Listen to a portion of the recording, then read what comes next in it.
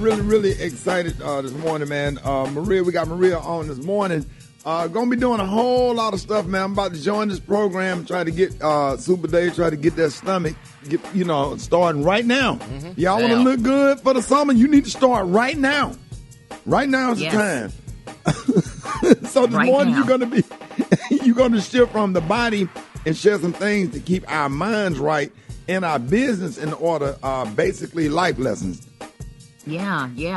We had a chance to talk about this on the phone earlier this week, Ricky. And around this time last year, I was in Nevada on the West Coast with my brothers, and we were spending our last moments with my dad.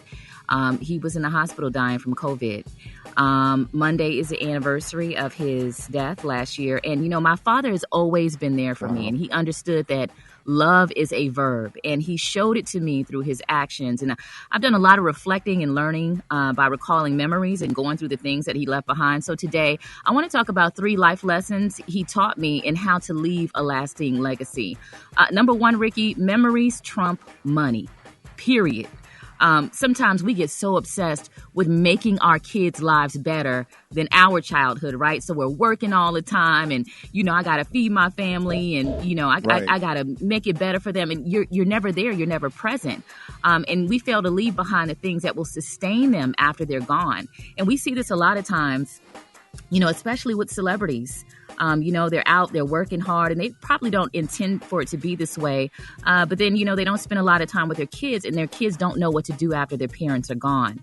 But I can tell you that my dad did not leave me in an inheritance. I actually paid straight out of pocket for all of his funeral expenses. But what he did leave me was his example to live by, and lots of experiences that shaped me into the woman that I am today.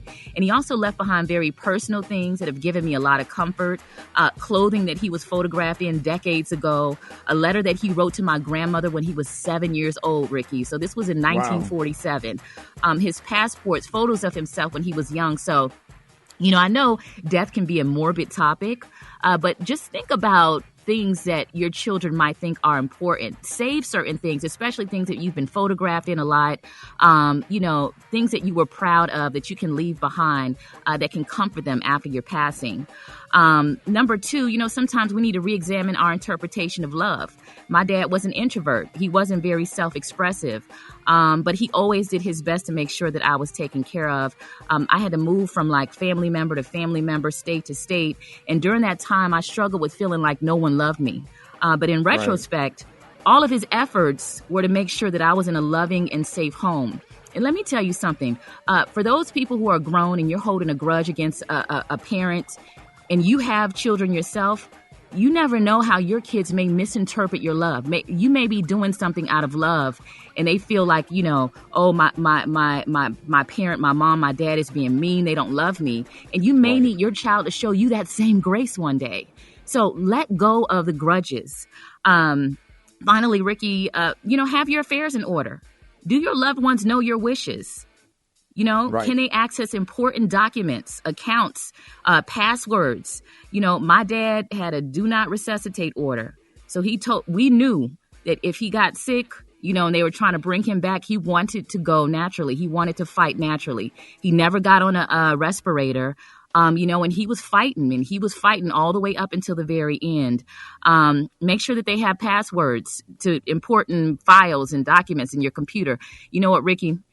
My dad, he taped all the passwords to everything on his keyboard. So I go into his office and I'm hovering over the keyboard like it's somebody naked, because I'm like, I don't want nobody to see these passwords.